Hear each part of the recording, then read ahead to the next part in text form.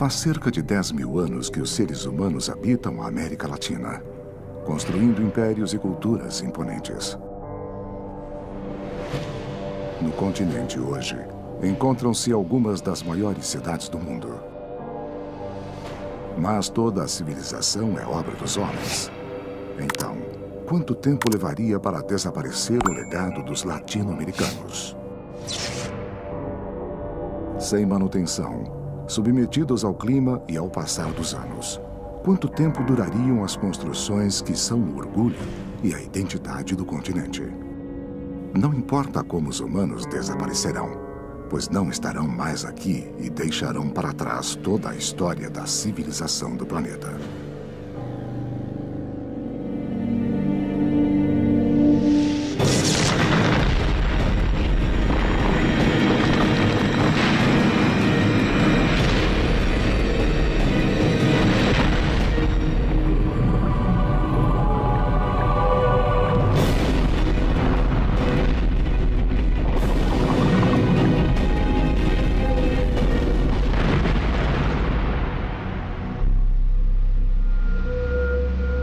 Bem-vindos à América Latina.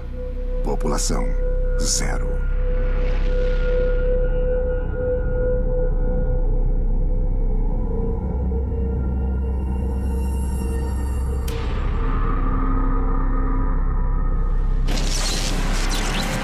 América Latina, sem ninguém.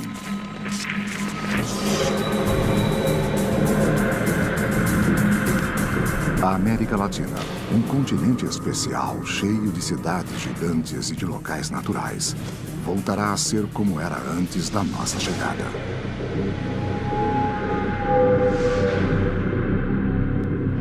O que vai acontecer com esta dualidade? A cidade dura, de concreto, de vidro, de granito, que aloja um pedaço muito pequeno da verdadeira cidade latino-americana, porque a maior parte do tecido urbano é feito de imensas periferias precárias.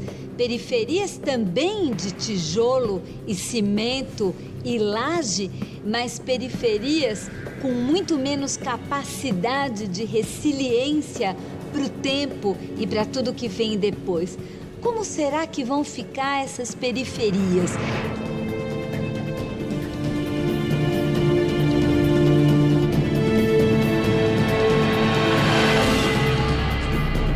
Para um escritor, é uma hipótese muito interessante e perturbadora pensar num mundo sem ninguém. Mas também é interessante pensar que nosso mundo foi, em grande parte, desabitado por seres humanos. O ser humano ocupa, na história do planeta, apenas um fragmento de tempo. Portanto, não será novidade para o mundo não haver ninguém aqui.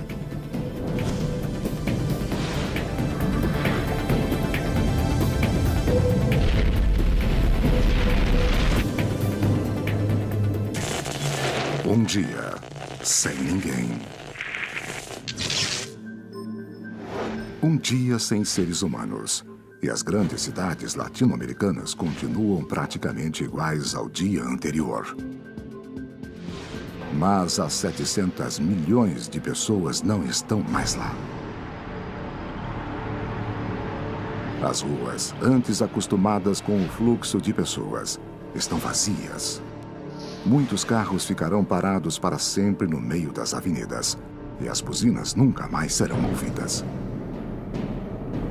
São Paulo pararia tudo, e a poluição que é emitida diariamente. Então, como nós temos muitos carros, emitindo CO2, gás carbônico na atmosfera, isso pararia. E já seria percebido um clima melhor, um ambiente melhor, para respirar mais oxigênio do que gás carbônico. São Paulo é uma das cidades mais modernas e cosmopolitas da América Latina. Os mais de 41 milhões de habitantes da cidade do estado atravessavam suas ruas para trabalhar, fazer compras ou simplesmente passear. Mas São Paulo foi abandonada para sempre. Primeiro dia sem humanos em São Paulo. Ai, que alívio! Sem trânsito, sem congestionamento. A primeira mudança que vai ocorrer na Terra é uma mudança na atmosfera. A concentração de poluentes na atmosfera vai diminuir e isso vai provocar alterações significativas. Como resultado, as cidades começarão a ser dominadas pelas plantas. As plantas irão, então, se expandir.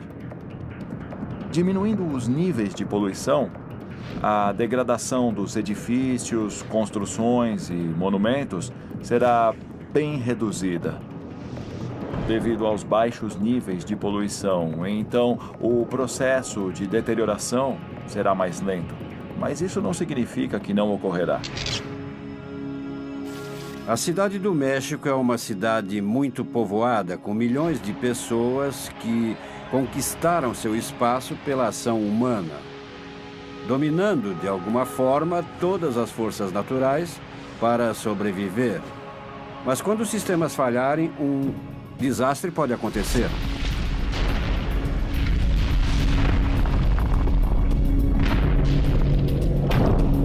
Muitos sistemas existentes na cidade são executados manualmente. Então, no mesmo dia em que a humanidade desaparecer, eles deixarão de funcionar. A coleta do lixo, o tratamento apropriado e a eliminação dos resíduos, com certeza, são vitais para o funcionamento de uma cidade. É uma questão de higiene urbana. Sem isso, a cidade entrará em colapso em questão de alguns dias. Em cada esquina do México, o lixo não coletado, cerca de 50.000 toneladas por dia, fica ao ar livre e um fedor nauseante começa a aumentar. Enquanto isso, os milhões de animais que nos acompanham há milhares de anos têm de sobreviver por conta própria. Muitos animais ficarão presos dentro das casas. Alguns irão forçar a saída e muitos deles irão recuperar sua antiga vida, tanto os costumes e os hábitos, como a morfologia que possuíam originalmente. Há tantos cães na cidade do México que muitos proprietários os soltam ou eles mesmos conseguem fugir. E já se formou uma população de cães ferozes que andam ao redor dos vulcões pequenos e até atacam animais silvestres.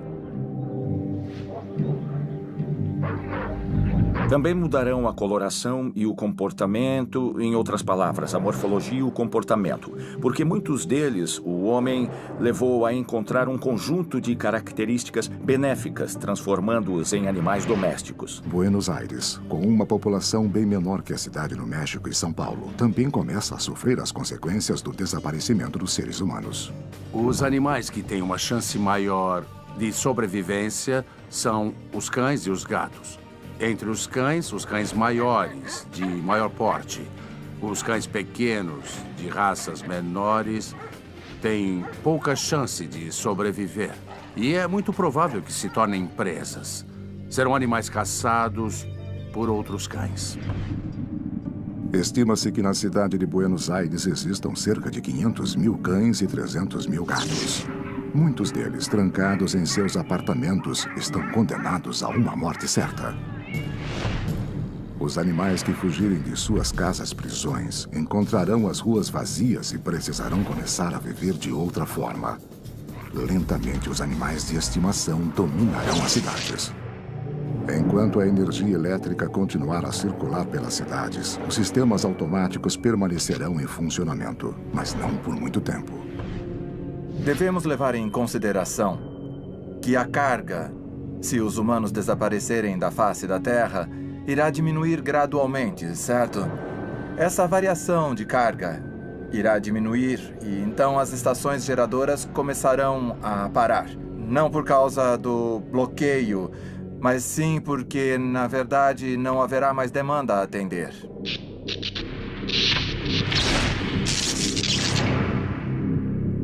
Essas poucas horas de energia elétrica servirão para que os sistemas que a civilização deixou funcionando causem as primeiras catástrofes.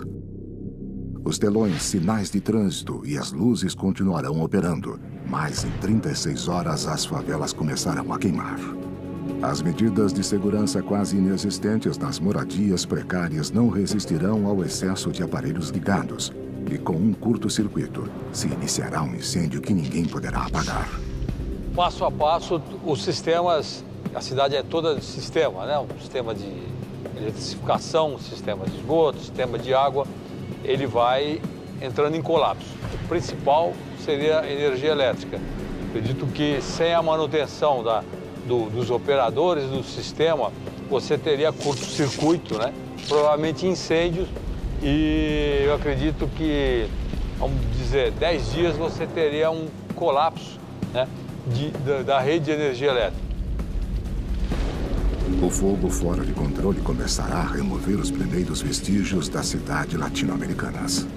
Não se trata mais de habitações de barro, ou habitações de madeira, ou habitações de palha, ou de materiais que muito rapidamente vão se desfazer no tempo.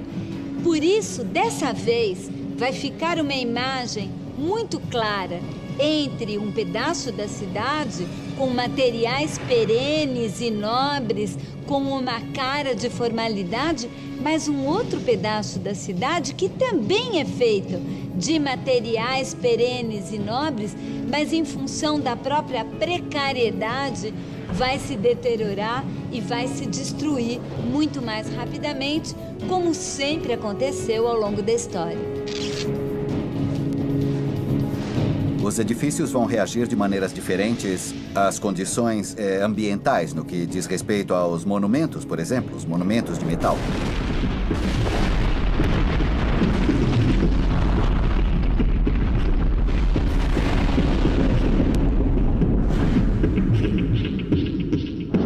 Há uma possibilidade significativa de que muitas dessas edificações ou símbolos que testemunharam a história, o desenvolvimento da história do nosso povo, prevalecerão, sem dúvida, desde que as condições meteorológicas permaneçam razoavelmente estáveis.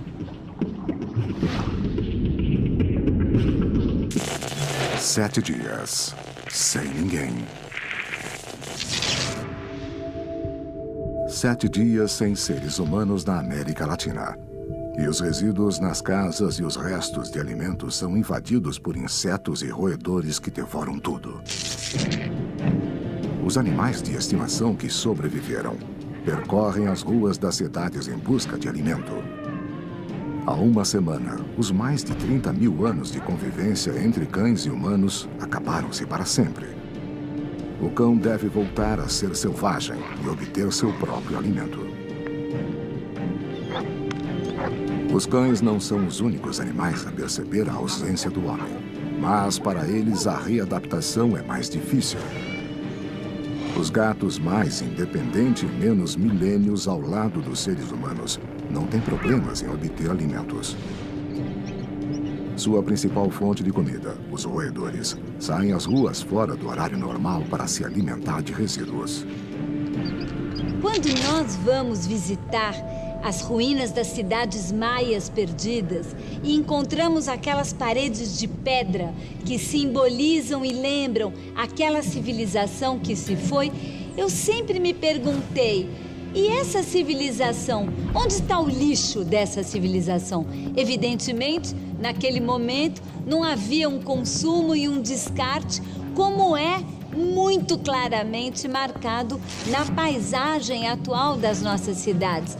Aquelas montanhas de lixo, as montanhas de entulho, numa escala muitas vezes maior ainda do que a escala dos edifícios e das casas.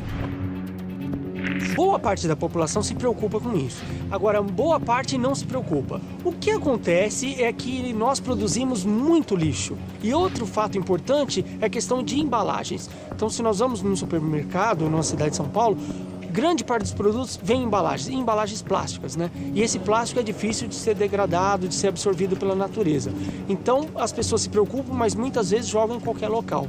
E em época de enchente, aqui tem um grande número de pluviométrico, assim, de precipitação na época de chuva, a gente percebe isso nos rios. Então, grande quantidade de plástico, principalmente de garrafas plásticas, que entopem bueiros e tal. Então, é o lixo jogado em um local inadequado. Às vezes, se 10% da população faz isso, é importante pela quantidade de pessoas. O lixo está ligado à grande quantidade de matéria orgânica. E esse cheiro é horrível. A queima de pneus velhos, a queima da borracha, de papel, plástico, celulose, seria pior do que um campo de petróleo queimando, mas com uma grande quantidade de diversos produtos químicos. Nos jardins zoológicos, a situação dos animais tornou-se desesperadora. Há uma semana, ninguém os alimenta. Depois de muitas tentativas, alguns conseguem escapar de suas jaulas. São eles que conseguirão sobreviver. Nos currais onde podem conviver diferentes espécies de animais, uns acabarão matando os outros. Podem ocorrer casos de canibalismo e, em outras ocasiões, animais de maior estrutura, de maior tamanho, conseguirão quebrar cercas e muros. E nos currais que não forem cobertos e nem fechados, eles poderão escapar. Haverá espécies que podemos chamar de equivalentes vicariantes. Tigres, leões, haverá também proboscídeos, também os cavalos selvagens. E então haverá todas as condições ambientais adequadas para que essas espécies, uma vez alcançada a liberdade, substituam as espécies que, por acaso, tenham desaparecido. Pela primeira vez, as cidades estão na escuridão total. Os sistemas de alimentação de emergência entram em colapso e as grandes cidades latino-americanas desligam-se para sempre. Um mês sem ninguém. Um mês sem seres humanos e as cidades não estão desertas. O reino dos ratos já começou. Esses pequenos roedores famintos percorrem as ruas. O habitat muda e os animais ligados à cidade devem mudar seus costumes violentos. O processo de extinção continuará, pois é uma coisa natural, mas não será na mesma proporção. E assim, a fauna começará a recuperar as condições em que vivia antes. Claro que não serão as mesmas condições, mas cerca de 99% das espécies existentes sobreviverão ao desaparecimento do homem. E mais, voltarão a restaurar o equilíbrio com a natureza em melhores condições. Acho que um grande número de aves retornará. Outras espécies que não ficam aqui por causa da poluição. E será uma mistura de pântano com grandes blocos de lixo flutuante.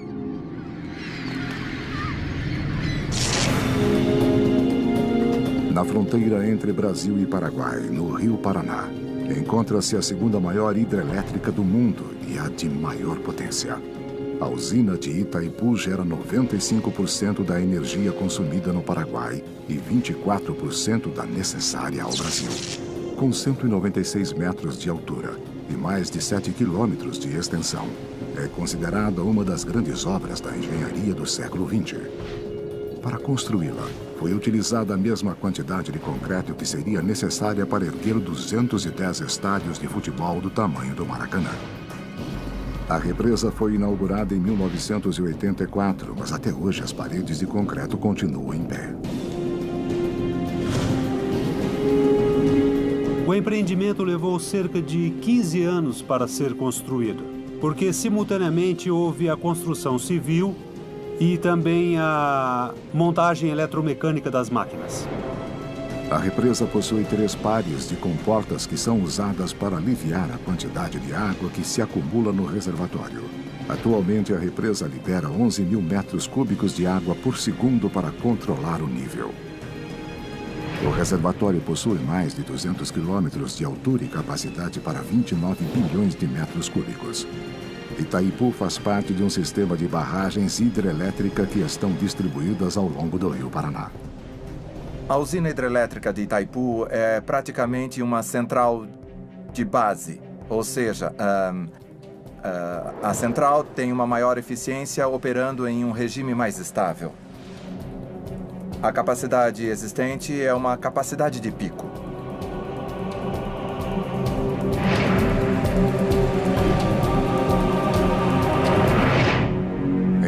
Sem seres humanos, a represa continuará a trabalhar para cumprir o propósito para o qual foi construída. Mas sem demanda de eletricidade, os 20 geradores começarão a desligar um a um. Sistemas de controle agem para manter uma frequência. Se não houver carga, haverá um aumento de frequência.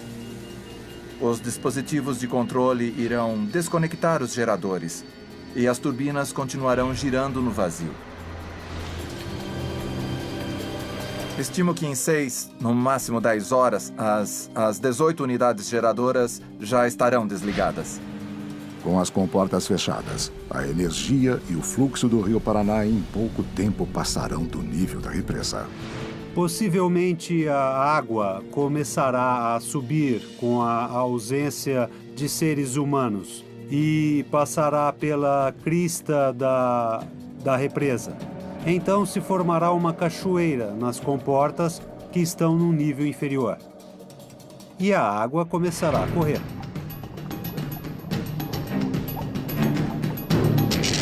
Nós não acreditamos que exista a possibilidade de rompimento da estrutura de concreto, principalmente. A parte de concreto da represa deve durar muitos e muitos anos. O enroscamento, no entanto, quando a água começasse a passar sobre a represa, isso levaria, eu calculo, de 45 dias a 2 meses, mais ou menos, para começar a se deteriorar. A uma velocidade incrível, uma das maiores obras da América Latina irá desaparecer para sempre sob o rio que controlou por mais de um quarto de século.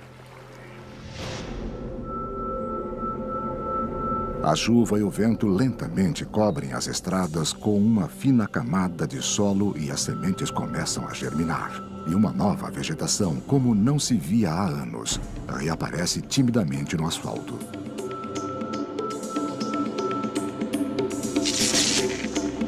Os grandes predadores e os animais que conseguiram escapar do zoológico andam pelas ruas à procura de presas e descansam em parques, florestas e praças da cidade. A natureza da América Latina lentamente reclama seus direitos. Na cidade de São Paulo, a floresta atlântica, a vegetação que cobriu a região por milhares de anos, começa a entrar na cidade. A Mata Atlântica ela é um bioma assim, muito úmido, né, com uma chuva característica. Né? A precipitação de água é bem constante. Tanto é que a cidade de São Paulo é conhecida como Terra da Garoa. Hoje ela perdeu muito isso, o asfalto que existe, a permeabilização do solo, muitas construções, prédios, casas. Então ela ficou com um microclima muito elevado, a temperatura muito alta. Sem as pessoas, a Mata Atlântica voltaria na cidade, né? O concreto ia acabar, os prédios e a vegetação voltaria. E com essa vegetação voltaria também a garoa mais intensa, né? A chuva e a umidade mais elevada. A América Latina é modificada a uma velocidade espantosa. Um ano sem ninguém. Um ano sem seres humanos na América Latina. E as áreas tropicais e subtropicais mudam drasticamente. Os parques, eles, na época de chuva, na época de verão e primavera, a vegetação cresce muito. Tanto é que órgãos públicos da prefeitura têm que fazer a poda da grama, principalmente, das árvores, a cada 45 dias. Então, em 3 meses, a grama já estaria na altura da cintura de um homem adulto. Em um ano, ela estaria bem alta, a altura de um 1,5 metro ou mais, né? 1,80 metro aproximadamente. Essa vegetação compondo a cidade traria animais para povoar de novo essa mata, de novo a cidade de São Paulo. A Mata Atlântica avança, ocultando uma cultura que reinava apenas 360 dias antes. A natureza não foi capaz de apagar a marca do homem. No entanto, as cidades se tornam cada dia mais irreconhecíveis. A cidade de São Paulo, que sempre manteve um equilíbrio entre o cinza do cimento e o verde da vegetação frondosa, já não é mais a mesma. As gramíneas e plantas avançam sobre a Avenida Paulista, dando-lhe um perfil selvagem. Os arranha-céus são dominados pelas trepadeiras. A vegetação característica é que muitas trepadeiras, né, que vão usar os prédios, as construções para se apoiarem. E isso, com a umidade que a floresta tem, vai ajudar a deteriorar os prédios. Então, mesmo concreto ou madeira, ela vai decompor, vai apodrecer, e essa vegetação, a Mata Atlântica, vai colaborar bastante nisso, a decompor as construções da cidade. E essa vegetação atrairia muitas espécies, como macacos, bugios, preás, coelhos, lagartos e muitas aves. O Brasil é o terceiro país no mundo com maior diversidade de espécies de aves. No México, o Lago Texcoco, um grande sistema lacustre que cobria o vale antes da chegada do homem, ressurge nas áreas mais baixas da cidade, que antes eram seu domínio.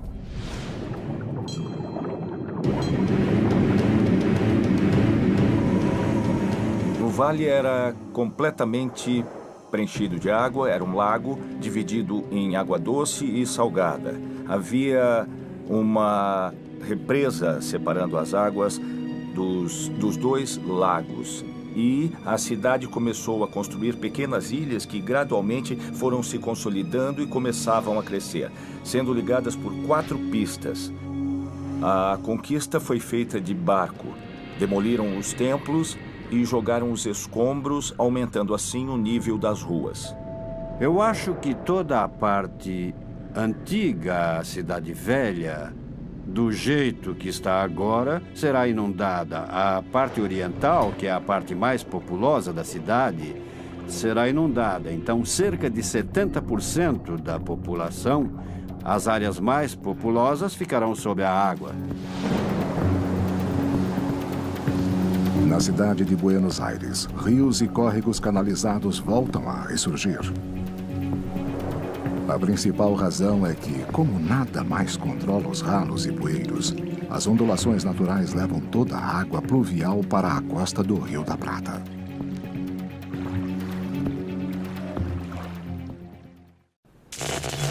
Dois anos sem ninguém. 2 anos sem seres humanos na América Latina. E na primavera, o obelisco de Buenos Aires e os prédios ao redor começam a ser cobertos por trepadeiras e plantas típicas da região. Nem todas são originais, já que muita vegetação adaptada pelo homem ao meio ambiente sobrevive ali. Na cidade do México, a água continua a erguer-se lentamente, escondendo e afundando para sempre uma das grandes culturas da América Latina e do mundo. É um divisor de águas, é uma bacia fechada que não está ligada ao mar naturalmente. Então, a tendência é que volte a se encher de água, causando uma inundação no primeiro ano ou em 2 anos. A flutuação normal da estação seca à estação chuvosa é de cerca de 7 metros. Então, seriam uns 10 metros em 2 anos de água sobre o nível atual. Pode ser muito interessante ver os prédios do centro caindo na água com a vegetação que retornará com um ecossistema formado por vegetação nativa, pássaros, peixes e outros. Seria muito interessante, quase como um filme futurista. A falta de manutenção em pontos delicados começa a gerar alguns acidentes. Sem causar grandes ameaças às estruturas, as grandes construções começam a mudar. Se o prédio se deformar, a janela pode ser submetida a cargas para as quais não foi concebida, entende?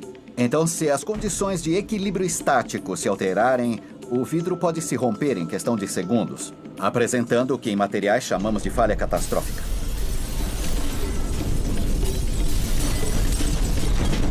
Então, haverá uma sequência de eventos que, uma vez começada com a degradação inicial do concreto, pode provocar outras coisas. O próprio vidro é quimicamente muito estável, pode durar séculos. Todos os edifícios, os materiais de construção das edificações, a pedra, o cimento, os materiais de alvenaria em geral, são porosos. Então, se a água se acumular no subsolo, ela começará a subir por capilaridade, amolecendo as bases desses edifícios. As áreas rurais, principalmente de cultivo e animais de pastoreio, também começam a sofrer com a partida do homem. Quando não houver mais humanos, não haverá mais agricultura nem pecuária. E essas pastagens naturais irão recuperar rapidamente o espaço. As culturas não sobreviveriam porque são delicadas. E as espécies que estão mais adaptadas ao meio e que foram eliminadas pelos seres humanos foram removidas e foram subjugadas em prol do cultivo, quando as culturas não tiveram cuidado adequado. Essas espécies que estão bem adaptadas ao ambiente irão ocupar o espaço. As culturas não sobreviverão. Provavelmente com os animais aconteça algo semelhante, mas não tão rapidamente como com a agricultura. Os animais se tornarão indomados, as espécies mais adaptadas ao ambiente sobreviverão. Os que tiverem mais defesas e irão conviver após um equilíbrio natural juntamente com a fauna selvagem. A última safra colhida pelos seres humanos permanece armazenada em silos. Mas dentro desses reservatórios enormes, os grãos fermentam perigosamente. Um grão é danificado por razões físicas, ou seja, por teor de água, temperatura e umidade. E por razões biológicas, devido a insetos, ou fungos, ou roedores, ou por questões técnicas devido ao manejo dos grãos, ou seja, se foram guardados úmidos ou se estavam partidos, machucados. Sem seres humanos, esses grãos permanecem inalterados, resultado dos inseticidas que os protegem. Então, a partir desse momento, se houver a hipótese dos insetos atacarem, grão será transformado praticamente em matéria inerte. E talvez isso cause algum tipo de superaquecimento, podendo levar também a algum processo, inclusive a combustão espontânea. Esses silos enormes, com centenas de toneladas em seu interior, explodem de uma forma que nunca teria ocorrido no tempo dos seres humanos. Mas sem eles, não há como evitar. As explosões perturbam a vida pacífica das pradarias, que já haviam se desacostumado ao som dos tratores e colheitadeiras. 5 anos, sem ninguém. 5 anos sem seres humanos na América Latina. Os grandes edifícios da capital do Chile, Santiago, começam a ser cobertos por eras. Esses prédios enormes estão cheios de vida. As aves de rapina da região encontraram um novo lugar para fazer seus ninhos. Os prédios abandonados vão servir também como um refúgio para aves selvagens e outras espécies de mamíferos em liberdade, podemos dizer. Na cidade litorânea de Praia Grande, no Brasil, o ar salgado trabalhou rapidamente nos ferros de edifícios. No caso das obras litorâneas, próximas ao mar, aí sim nós teríamos o ataque da maresia, que também ataca as estruturas de concreto armado. Então, as estruturas próximas ao mar se deteriorariam mais rapidamente do que as que estão no interior. 10 anos. Sem ninguém. 10 anos depois que o último homem andou pela América Latina, as cidades mudaram drasticamente. Os milhares e milhares de carros que ficaram paralisados em ruas e avenidas são devorados por 2 inimigos que competem entre si e se complementam: a ferrugem e a vegetação. As condições atmosféricas ao nível do mar são muito mais agressivas em termos de corrosão. A umidade, por exemplo, a umidade relativa do ar é muito maior. Então, nesse sentido, os metais que formam as peças de um carro, sem dúvida, tendem a ser corroídas muito mais rápido do que aqui, na altitude da cidade do México. O lago Texcoco, no Vale do México, já voltou a seu nível anterior. A Praça do Zócalo, centro da cidade na época dos seres humanos, desapareceu debaixo da água. O Palácio Nacional e a Catedral Metropolitana estão parcialmente submersos. A água enfraqueceu suas bases e basta um tremor de pequeno porte para que caiam e afundem para sempre. As inundações de 5 ou 7 metros de profundidade podem até mesmo melhorar. Saiu um pedaço de prédio e a água começa a penetrar em seu interior como se fosse um barco. Então eu acho que pode ser muito interessante. 20 anos sem ninguém. 20 anos se passaram desde o desaparecimento da raça humana e a natureza avança desenfreadamente. Na cidade de São Paulo, o monumento às bandeiras próximo ao Parque do Ibirapuera mudou.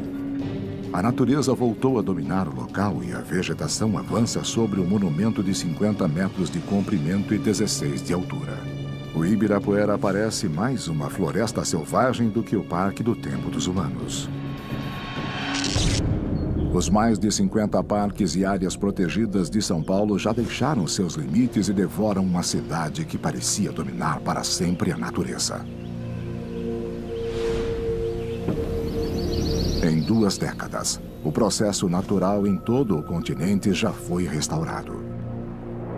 O processo natural, em geral, é que os lagos se encham de sedimentos e a quantidade de água ocupe maior extensão, que haja mais evaporação, que os sais se precipitem e a vegetação vá mudando. Nunca voltará a ser o mesmo, mas no sul a vegetação se recuperará mais rápido. E também, com um maior número de lagos, virão mais aves, com mais sementes e mais pólen. No norte, onde há menos oferta de água limpa, será uma área pantanosa. Insalubre, mas que possivelmente acabará com os sistemas de drenagem e chegará a níveis mais elevados. 20 anos após a partida dos seres humanos e os outrora modernos arranha-céus de La Portada, em Santiago do Chile, abrigam uma nova vida em seu interior. As espécies que habitariam o local serão as voadoras. Com certeza se transformará em um ninho de condores, de aves nativas. Provavelmente também haverá roedores e gatos que de algum modo conseguiriam subir no local e provavelmente se tornará um edifício bem interessante quando habitado por esses novos seres. Há morcegos que dispersam sementes, são polinizadores, ou mesmo podem carregar pólen ou sementes que caem nesses lugares e começam a crescer. Então, acho que poderia se formar um ecossistema. Os pombos certamente poderão sobreviver. Camundongos e ratos, que são onívoros e se alimentam do que encontram, são os primeiros animais a sobreviver. Mas se eles sobreviverem, talvez alguns outros predadores, como os gatos, possam sobreviver.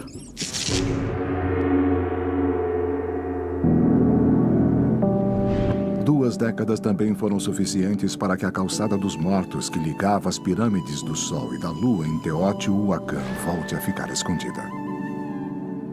A Calçada dos Mortos é uma série de pátios em diferentes níveis. Não é uma avenida, não é uma calçada como a conhecemos. E muitos templos têm suas fachadas principais e escadas em direção à Calçada dos Mortos. A parte superior, retangular, que é como um grande painel, parte dela virá abaixo. Porque foi o que vimos, o que se vê nas partes corroídas que não foram restauradas. As rampas têm um declive, o que seria muito mais estável do que a parte de baixo da edificação, que está exposta de alguma forma, como as pinturas nas paredes, e isso provavelmente será perdido.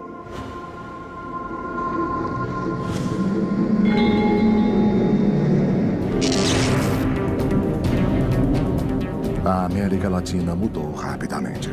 A erosão, a passagem do tempo e a natureza começaram a apagar os vestígios de nossa estada no planeta.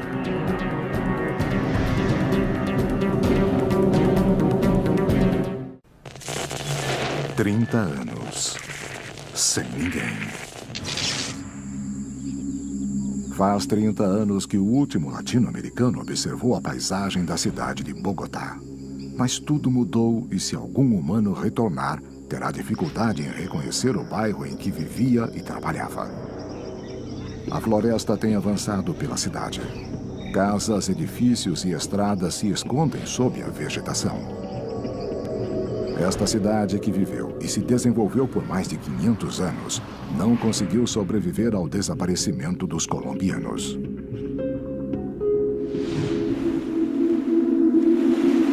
A América Latina já precisou abandonar povoados e até mesmo cidades inteiras devido a catástrofes naturais. Em Melincué, uma estância turística situada na província argentina de Santa Fé, uma inundação foi responsável pelo abandono.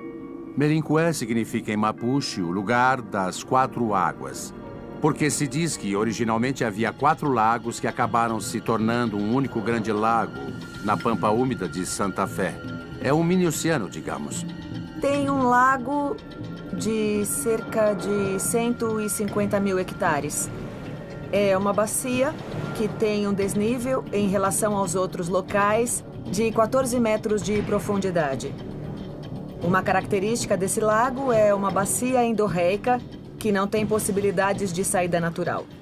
Por isso, decidiram diminuir o nível do lago com um sistema artificial de bombeamento. Antigamente, este povoado era um lugar onde milhares de turistas vinham em busca das propriedades curativas da água salgada. Com a inauguração de um hotel em 1933, o turismo começou a florescer e a Idade do Ouro chegou à região. Havia um balneário e, digamos, o hotel era a principal construção. Em 1970, o hotel e uma parte da cidade ficaram debaixo d'água. 30 anos foram suficientes para que a água destruísse tudo na região. Houve uma forte chuva, 300 milímetros mais ou menos, e isso causou a inundação e a elevação do nível das águas do lago. Bom, o lago destruiu grande parte da cidade, digamos, e grande parte do balneário. Tinha chegado no povoado, o cemitério estava debaixo d'água, por exemplo, e tinha chegado a quase 3, 4, 5, 6 quarteirões dentro do povoado. E no lado oeste da cidade, tudo estava inundado. Em 2000, a água baixara, mas já havia feito seu trabalho de desgaste nas fundações das casas. A água é um dos inimigos mais poderosos dos edifícios de concreto e de outras construções modernas. Que são de ferro, essencialmente, e a água do lago, que tem a característica de ser muito ácida, com um pH alto, o corroeu, chegando a dissolvê-lo completamente. 75 anos, sem ninguém. O Anjo da Independência é um dos maiores símbolos da cidade do México. Na época dos seres humanos, essa estátua de 45 metros de altura e pesando 7 toneladas era um ponto de encontro dos cidadãos. Essa escultura de bronze banhada em ouro, que simboliza o fim do domínio espanhol sobre os mexicanos, também não pôde resistir ao teste do tempo e à ação da água em suas fundações. Ela tem uma estrutura metálica que forma a coluna, e esta coluna é coberta de blocos de pedra da pedreira de Echegaray. O anjo é de bronze, revestido de folha de ouro. Então é uma película muito delicada, e embora seja ouro, isso não é suficiente para suportar as condições ambientais a que deve resistir na altura em que está. Ela tem um verniz para que a laminação dure um pouco mais. O fato de sermos livres, de sermos uma nação, é o que isso representa para nós. Então, sempre que nós temos que fazer alguma coisa, qualquer coisa importante, qualquer celebração, qualquer evento, tem a ver com o Anjo da Independência. Esse símbolo é a alma de quem somos. E muito da alma de quem somos está nesses monumentos. E um dos nossos trabalhos, dos nossos desejos, é fazer com que isso perdure. Talvez até mais do que eu ou qualquer um de nós que está aqui agora. Após 75 anos sem manutenção e com o desgaste constante da água, um dos símbolos da liberdade latino-americana cai.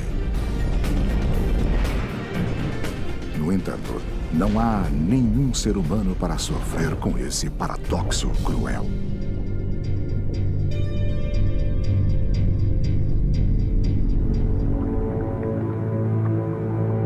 Milhares de quilômetros de distância, o obelisco de Buenos Aires, um dos símbolos da cidade, sobreviveu graças às características geologicamente estáveis da região.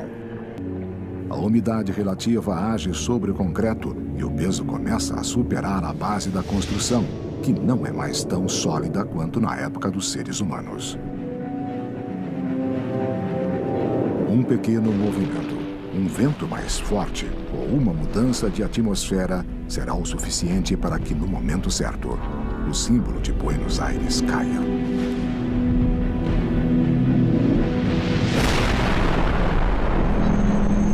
Algumas aves, antas e avestruzes que voltaram à região que habitavam antes dos seres humanos são as únicas testemunhas da queda do monumento.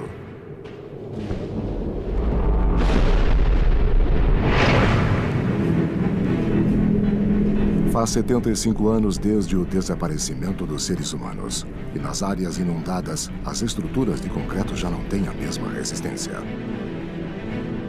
Além da água, as regiões instáveis colaboram com o desaparecimento das cidades. Basta um pequeno tremor e um prédio do centro do México desmorona. O edifício, que já havia suportado, cai vítima da falta de manutenção e reparos que seriam necessários para que continuasse de pé. O concreto é um aglomerado de substâncias conhecidas como óxidos, óxidos de silício, de alumínio, alumínio silicato, que têm a característica de se degradarem com o tempo, principalmente se as condições meteorológicas forem muito agressivas. Começam a se carbonatar, ou seja, começam a se decompor em outras substâncias que podem provocar a quebra ou a falha do concreto ao longo do tempo, se não for feita a manutenção adequada. Abrir esse espaço no concreto pode, inclusive, afetar o metal das vigas que sustentam o edifício. E, se essa corrosão atingir as vigas metálicas, eventualmente elas podem falhar. E em último caso, podem até causar a queda do edifício. Na cidade do México são poucas as construções que se mantêm em pé. Este vale imponente lembra vagamente o lugar por onde andaram pela última vez os mexicanos. –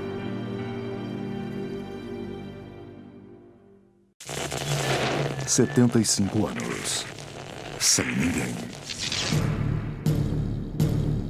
75 anos depois que o último ser humano cortou a grama nas margens do Rio Tigre, em Buenos Aires, a floresta recuperou seu esplendor.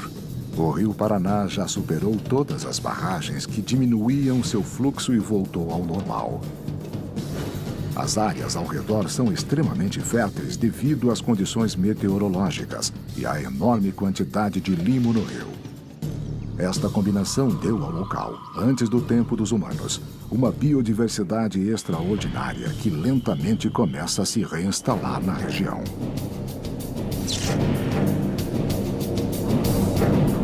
A Ilha Martim Garcia encontra-se na região insular do Rio da Prata, na área do delta perto da foz do Rio Paraná e da foz do Rio Uruguai. Estas terras são ricas em vegetação e sempre foram depositárias dos elementos trazidos pelos rios. O bairro chinês era um distrito da ilha até a inauguração do novo porto. Desde então, as construções foram abandonadas.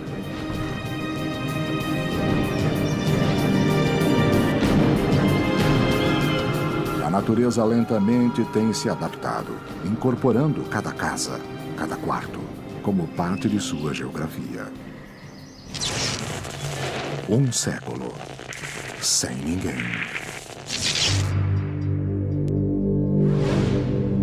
Um século se passou desde que a América Latina era habitada por humanos. As cidades desapareceram debaixo da vegetação. Boa parte dessas cidades foram cidades construídas para os automóveis.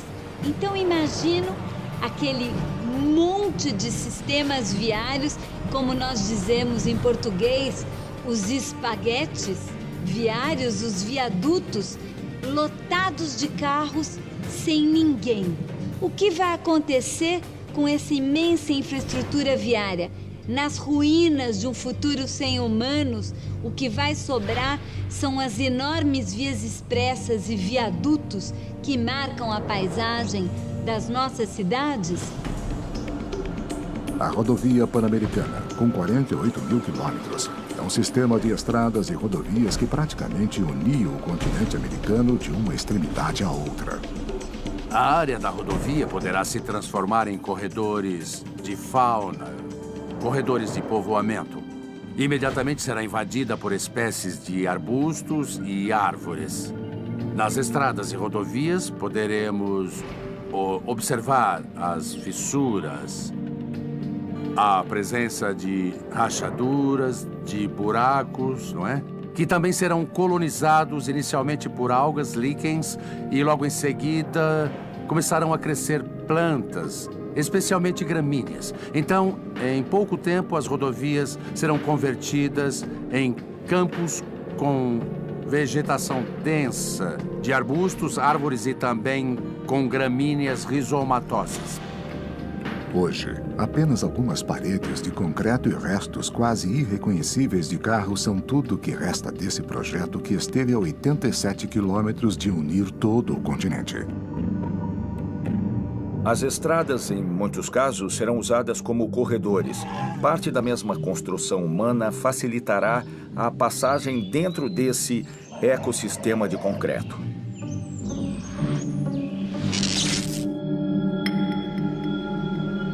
A Ilha Martín Garcia foi descoberta em 1516 pela expedição de Juan Díaz de Solís e foi transformada em prisão em 1765. Com a criação do vice-reino do Rio da Prata, tornou-se uma guarnição militar. O antigo presídio da Ilha Martín Garcia está há mais de 100 anos abandonado. Sua construção não resistiu. Suas ruínas são apenas indícios de seu antigo esplendor e a natureza já faz parte de sua fundação.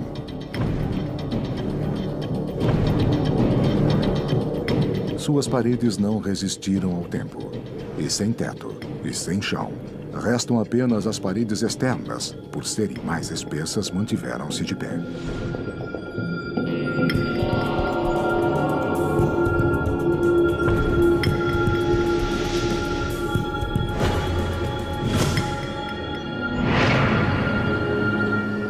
Em 100 anos, a natureza impôs seu poder. No tempo dos humanos, ela viu seu espaço diminuir, muitas vezes rendendo-se a cidades imponentes.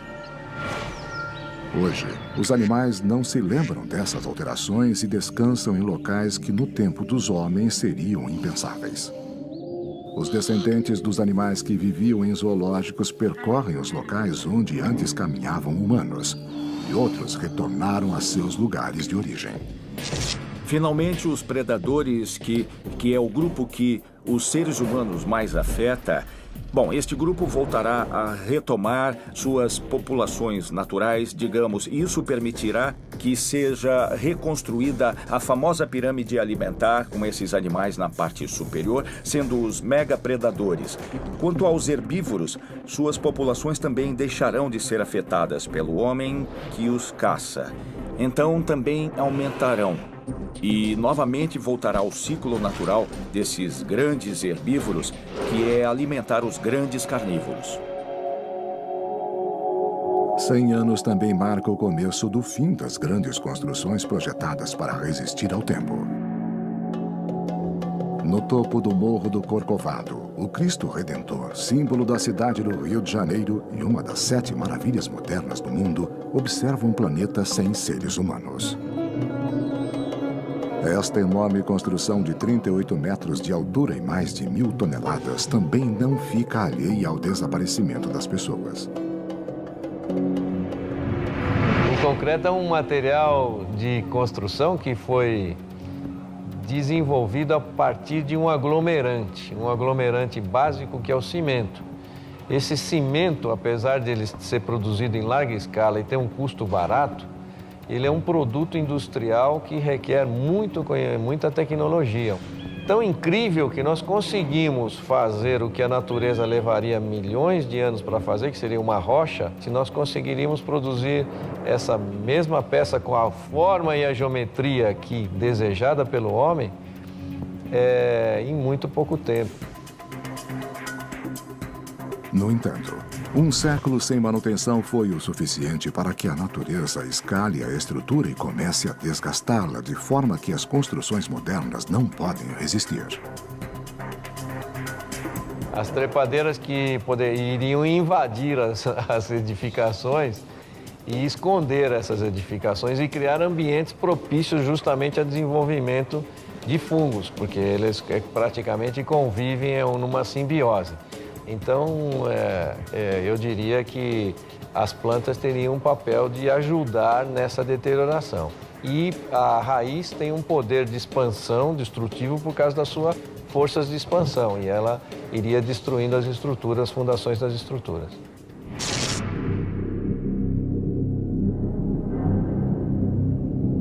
A ponte de San Roque González de Santa Cruz liga a cidade paraguaia de Encarnación a Posadas, na Argentina. Atualmente é uma das fronteiras mais transitadas entre os dois países. A ponte de 2.550 quilômetros atravessa o Rio Paraná, o mesmo que mais acima faz funcionar a hidrelétrica de Itaipu. O que eu posso dizer é que os acessos para a ponte são para veículos e ferroviário. E estão apoiados sobre, digamos, sapatas. E todo o leito possui um manto de rochas basálticas, o que dá uma base muito boa para esse tipo de estruturas. São cilindros que estão afundados a 3 metros, dentro do maciço rochoso. Também há fundações de estacas. E tem uma área da ponte principal que é sustentada por cabos, que são os tensores que podemos observar. A ponte foi construída com materiais de alta qualidade, com concreto muito especial, o que pode conferir à estrutura uma longevidade significativa. No tempo dos humanos, a ponte, fundada em 1990, era submetida a constantes análises para determinar suas funções e substituir componentes defeituosos ou danificados. No entanto, passaram-se 100 anos desde a última revisão e os materiais fadigados começam a falhar. Os metais se degradam de diferentes formas. Há metais como o alumínio, o aço e mesmo o bronze que, ao se oxidarem, ao se combinarem com o oxigênio na superfície, aparece uma camada de óxido passivante, chamada de pátina em alguns casos, que protege o interior do material do processo de corrosão. Então, quando ocorre a passivação, o material já não sofre nenhuma degradação. É por essa razão que, sob condições de ataques atmosféricos propícios, o metal pode durar muitíssimos anos. Sem os seres humanos, as pontes continuam a manter sua função, ligar duas margens da costa. Faz 100 anos que os animais utilizam a ponte como um caminho natural em sua migração. Mas eles não poderão fazer isso para sempre. A corrosão por causa da tensão fica cada vez mais grave. E entrará em uma progressão não aritmética, mas sim exponencial, certo? Que com certeza irá encurtar facilmente o tempo. As braçadeiras, fracas e oxidadas, estão prestes a falhar. Vemos como se fosse algo realmente rígido, mas na verdade é flexível e está vibrando constantemente. Essa vibração, embora haja elementos que a absorvam, percorrem o cabo, chegando a extremidade e agem como se pegássemos uma lata e a dobrássemos várias vezes, quebrando-a devido à fadiga. Após um século e meio, as margens deste grande rio voltam a ficar separadas para sempre, como havia sido desde muito tempo antes dos humanos. 150 anos sem ninguém. 150 anos após a saída do homem da América Latina, as construções modernas, que foram edificadas com materiais muito mais frágeis do que as antigas, começam a desmoronar uma após a outra. Primeiro é a vez dos arranha-céus de La Portada, em Santiago do Chile. Os sistemas de instalação de um edifício como este deixarão de operar. Todos os sistemas de manutenção e também a sua fachada vai começar a se deteriorar, o que obviamente fará com que este edifício entre em processo de deterioração. Este prédio, que era o orgulho da cidade, com quase 200 metros de altura, se foi para sempre.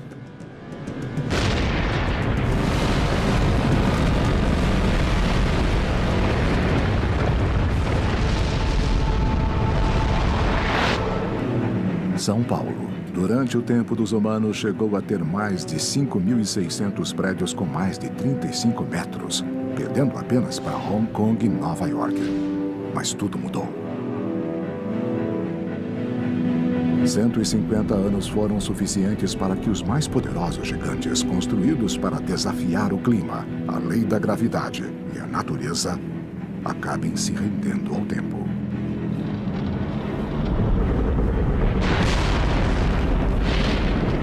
Um a um, os grandes arranha-céus de São Paulo caem. O edifício Copan, um dos mais emblemáticos de São Paulo, com 140 metros de altura, desaba.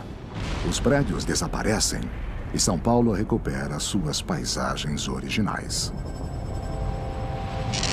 Portanto, todas as estruturas que até agora a humanidade construiu terão, de alguma forma, um fator de sobrevivência que depende fortemente do material utilizado. As cidades ainda conservam suas formas. Os arbustos escondem seu esplendor, mas o solo é o mesmo. E essa característica também está prestes a mudar para sempre. Em nossa época, as cidades tinham uma intensa vida na superfície, mas muitas atividades também se desenvolviam no subsolo. Você vai ter realmente rombos, né? Trincas enormes, falha nas estruturas de concreto. E aí você vai ter águas jorrando e o que acontece? O aço da armadura do concreto, ele vai se corroer, vai praticamente desaparecer. Você tem aqui grandes vãos. Inclusive ali que tem aquele círculo enorme que nós chamamos de Maracanã, né? Ali você tem um ponto frágil, que é uma falta de estrutura. Isso daí é o primeiro caminho. Em seguida, elas vão cair. Os pilares, que trabalham eminentemente a compressão, a boa parte deles ficará. E você terá, em volta dos pilares, alguns pedaços, algum toco de laje e vigas. Então, você vai ter esse concreto caindo. Mas isso vai ser muito gradativo, como eu falei, porque as lajes e vigas primeiro, os pilares ficarão. Alguns trechos de túnel, que eu citei o da Paulista, os impermeabilizados, os de ferro fundido, ficarão. Após 150 anos, os últimos túneis desabam. – 200 anos sem ninguém. Passaram-se 200 anos sem seres humanos na América Latina e as cidades não são as mesmas. As áreas florestais do continente mostram 200 anos de abandono. Regiões que foram habitadas, onde grandes civilizações foram construídas e, mais tarde, abandonadas. As missões jesuíticas foram estabelecidas em território espanhol no século 27. nas regiões das províncias do Paraguai e do Rio da Prata. O objetivo dos jesuítas era construir cidades para os Guarani. Lá, eles ensinavam a cultura ocidental e evangelizavam os nativos, enquanto aprendiam costumes locais. Esse sincretismo se refletiu na arte e nas construções erguidas. Em 1744, lá viviam mais de 84 mil índios.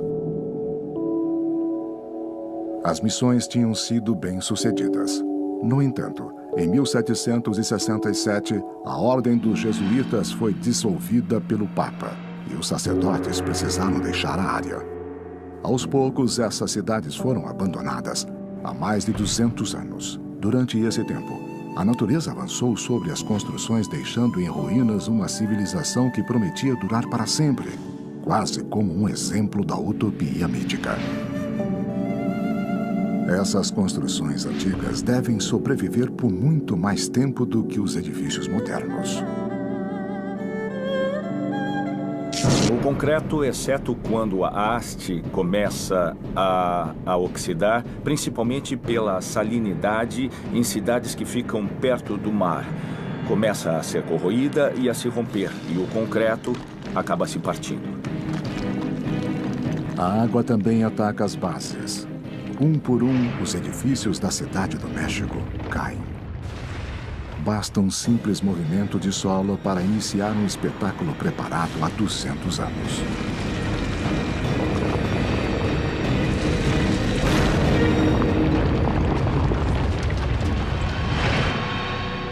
O Cristo Redentor, inaugurado em 1931 na cidade do Rio de Janeiro, começa a mudar de forma para sempre. O elemento mais importante do monumento não é a sua existência física, mas é o elemento simbólico que ele carrega na relação com aquelas pessoas.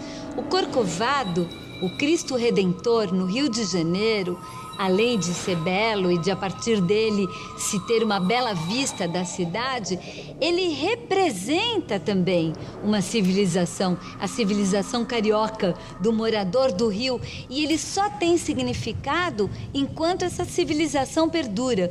Portanto, eu não vejo como possa existir um monumento sem a civilização que lhe confere um significado e uma importância. Um de seus braços enfraquecido cai com o próprio peso.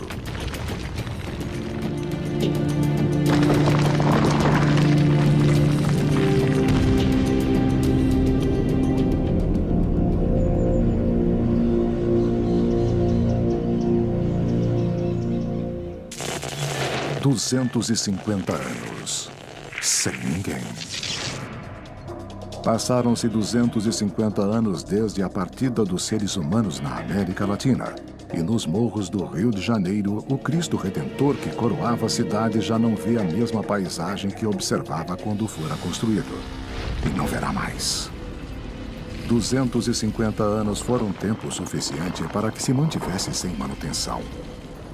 O corpo que ainda sobrevivia, coberto pela vegetação, cai para sempre. O terreno não suporta mais seu peso. A inclinação é maior do que o ideal e a gravidade termina de fazer seu trabalho. O que nos perguntamos é: esse mundo sem humanos será percebido por quem? Pensemos nos símbolos nacionais, nas bandeiras de cada um dos nossos países. Pensemos, por exemplo, em cada um dos símbolos pátrios. Quem poderá interpretar o significado dessas convenções, que são, em última análise, os símbolos? Onde ficará a identidade da América Latina se não forem esses símbolos? Que certamente ficarão em pé. Mas que inteligência poderá interpretá-los? Outro símbolo de São Paulo, o edifício Itália, também cai no meio da selva. Os animais morrem esmagados, ficam sem moradias e devem reajustar-se a uma nova paisagem, mais uma vez. 500 anos. Sem ninguém.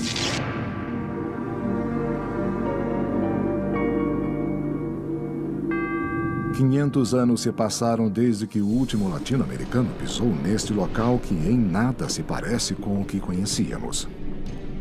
Na antiga cidade de São Paulo, os imponentes edifícios foram caindo um a um.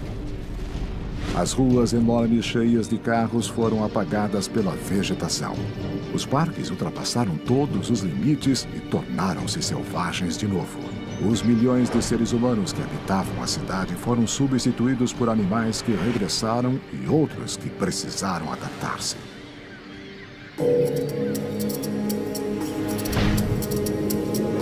A Mata Atlântica, que antes era ameaçada, agora cresce e avança.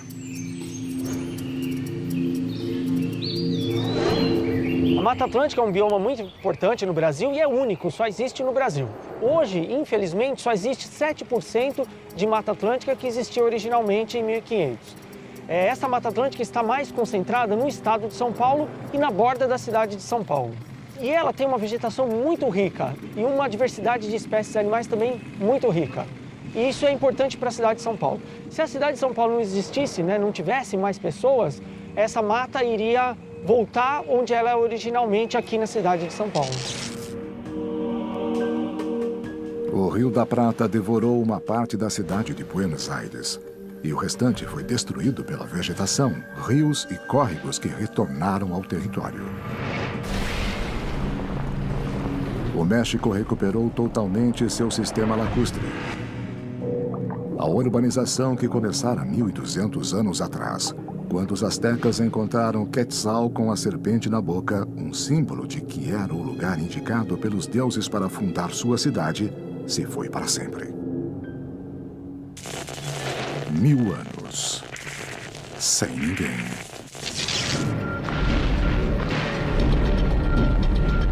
Mil anos é o tempo decorrido desde que o último homem andou pelo planeta.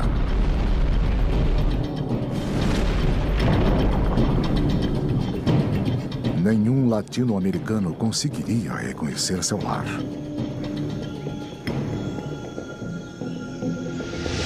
As cidades maias conseguiram sobreviver mesmo ficando abandonadas por mais de 1000 anos, mas não há a possibilidade de que nossa civilização perdure tanto tempo. Porque não tem tanta massa como nós temos na pirâmide e os espaços vazios que ele tem daria para criar ambientes para se desenvolver a deterioração nos espaços vazios. Mas nós temos edifícios vários com resistências muito elevadas e essas peças com resistências elevadas se manteriam por muitos anos, por 1000, 2000 anos, seguramente sem nenhum problema. O que eu acho que pode sobrar como uma marca, 1000 anos depois, são os estádios de futebol. Embora as grades caiam gradualmente, eles são projetados para cargas móveis. São como grandes vasos e serão facilmente reconhecidos em fotografias aéreas. Talvez não seja um legado intencional, mas serão facilmente identificados os estádios de futebol. Nada é tão simbólico, tão importante, tão monumental como os nossos estádios de futebol. Maracanã, La Boca, Morumbi, esses são monumentos que vão ficar e vão representar uma civilização que tinha no futebol um dos elementos mais importantes da cultura urbana latino-americana.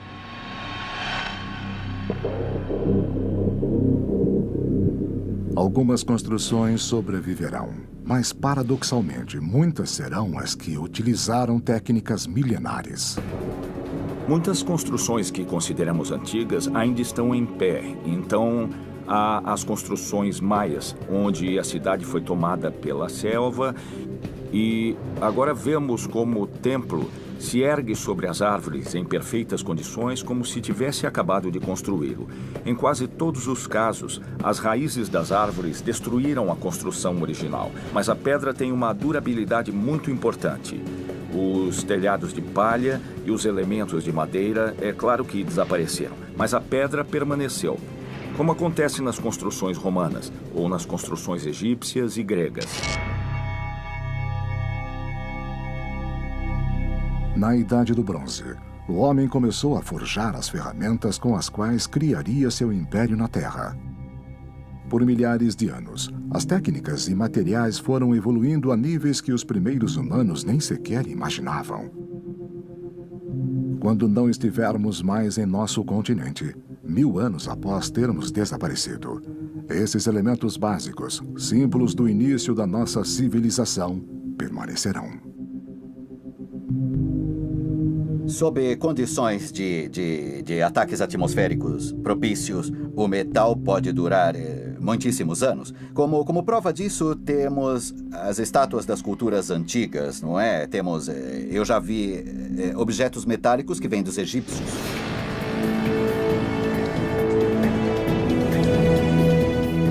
Na Cidade do México, encontra-se a segunda maior escultura de bronze do mundo, El Cabalito. El Cabalito foi uma proeza em si mesma, é a estátua equestre de Carlos IV, que chegou ao poder em 1788 e terminou em 1808. O vice-rei tentou bajular o rei da Espanha e sugeriu a construção da mesma. O problema é que, a princípio, não havia dinheiro e a fizeram de madeira. Ela foi colocada na base e, em menos de 2 ou 3 anos, desapareceu, estragou. E para conseguir o bronze, levou-se mais 3 anos para ter matéria-prima suficiente, estanho e cobre, para fazê-la. É obra de um dos maiores arquitetos e escultores da época na Nova Espanha, que se chamava Manuel Tossa. E é o último esforço importante da monarquia espanhola na Nova Espanha e foi o início da independência. No fundo do lago Texcoco, a estátua ainda mantém sua forma e talvez, algum dia, um ser inteligente a encontre.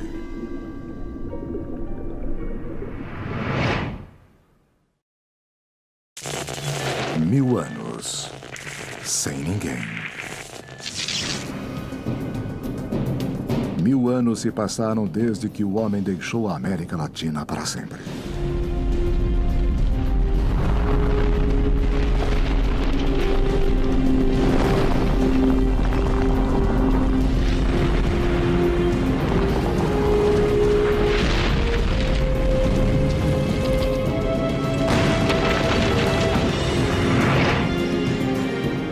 As terras voltam a ser virgens e permanecem como quando o homem pisou pela primeira vez em seu território, mais de 11.000 anos antes. Há poucos sinais da nossa civilização que ainda perduram sobre a face do continente.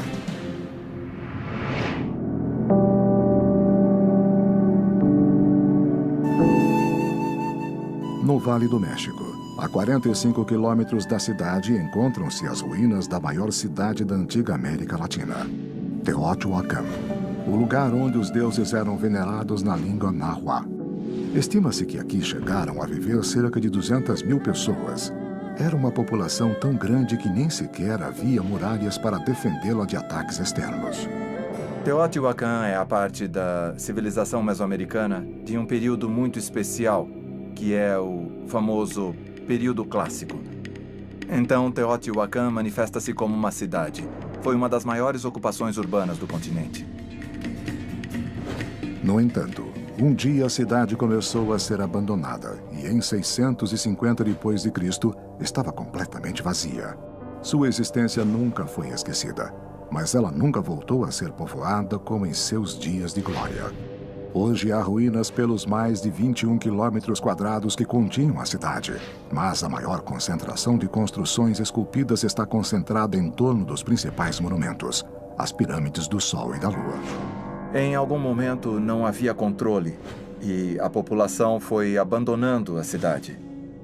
Muitos ficaram, muitas construções pegaram fogo, Muitas pessoas morreram. A cidade ficou com poucos habitantes, mas já tinha deixado de atuar como centro político, como centro da Mesoamérica. Parece que durante 150 anos havia uma população em partes da cidade. Não foi um abandono, pode-se dizer, repentino, até que chegou um momento na época tolteca e asteca que já não havia Teotihuacan. Embora essas impressionantes construções tenham sido restauradas, elas ficaram abandonadas por 1.300 anos. Uma cidade atual com essa idade, sem nenhuma manutenção, estaria bem diferente. Eram materiais antigos que só eram utilizados, atenção, em grandes construções. As casas das pessoas eram feitas de outros materiais, mais perecíveis. Esses grandes edifícios tinham fins cerimoniais ou comemorativos, por isso se esforçavam tanto para construí-los com materiais que, sem dúvida, durarão muitos séculos ainda. E eu acho que sim, ultrapassarão a existência, a sobrevivência do concreto. Em Teotihuacan, os edifícios, como em todas as partes, são construídos com materiais locais, que são argilas, pedras vulcânicas porosas, que são de basalto leve e são sólidos. Não têm túmulos nem passagens secretas. Estão abandonados e parecem pequenos morros cobertos de vegetação. Este é um clima de deserto, então ainda há provavelmente muitos edifícios ainda não explorados, o que pode nos dar uma boa ideia de como estavam os explorados, com árvores de pirum, nopal, palo dulce, mas é a vegetação local, então não parecem construções, parecem morros. E a vegetação está concentrada porque o solo é rochoso e não permite o cultivo, então, quando não há áreas de cultivo para os agricultores modernos, é um terreno abandonado. Essa paisagem ondulada e árida é o presente de uma das culturas mais importantes que já viveram em nosso planeta. Cidade do México, onde algumas construções de pedra, herdadas dos primeiros colonos da região, se recusam a desaparecer.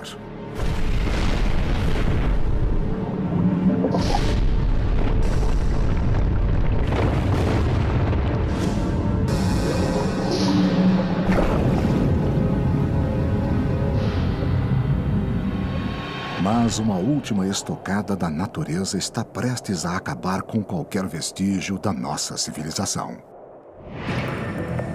O Popocatépetl é um vulcão, ou seja, ele teve erupções de tipos diferentes.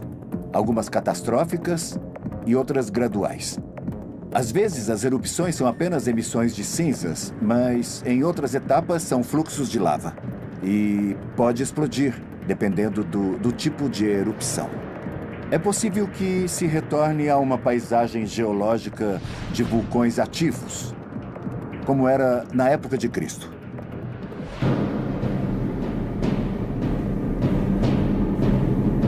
A zona de perigo imediato é a zona de Xochimilco, o Pedregal de San Ángel, a universidade. Podem ficar cobertos de lava e cobertos de produtos tais como bombas vulcânicas e também cinzas. Isso afetará a vegetação imediatamente, mas em cerca de 2.000 anos, a vegetação voltará a se recuperar sobre a lava, principalmente sobre a lava basáltica. Devemos nos lembrar também que as erupções vulcânicas criam fraturas, criam falhas. Então pode ser um relevo diferente e os vestígios da cidade serão enterrados.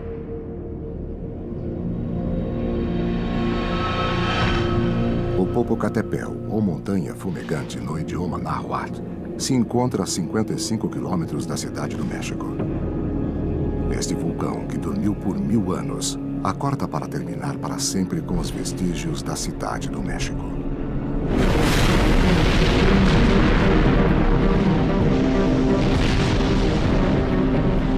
Em poucas horas, uma nuvem ectoplástica começará a depositar-se nas pradarias e lagos.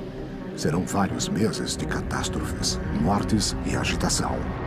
E quando acabar, o Vale do México mudará novamente e a vida recomeçará mais uma vez.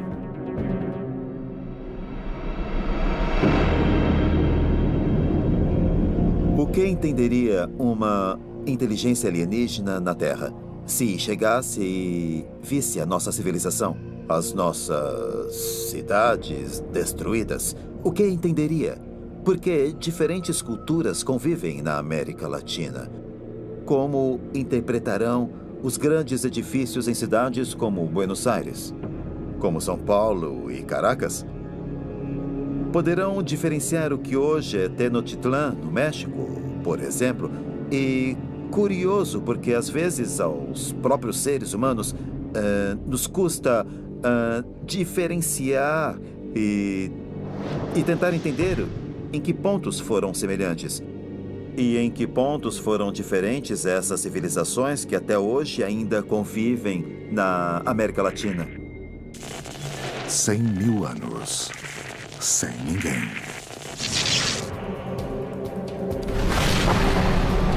Cem mil anos se passaram desde a partida da humanidade e a América Latina descansa enquanto a próxima evolução ocorre. E começa a tomar forma em algum lugar do planeta, muito lentamente, a nova espécie que em milhões de anos nos substituirá. Enquanto isso, a natureza tem prevalecido, apagando para sempre os vestígios de nossa civilização.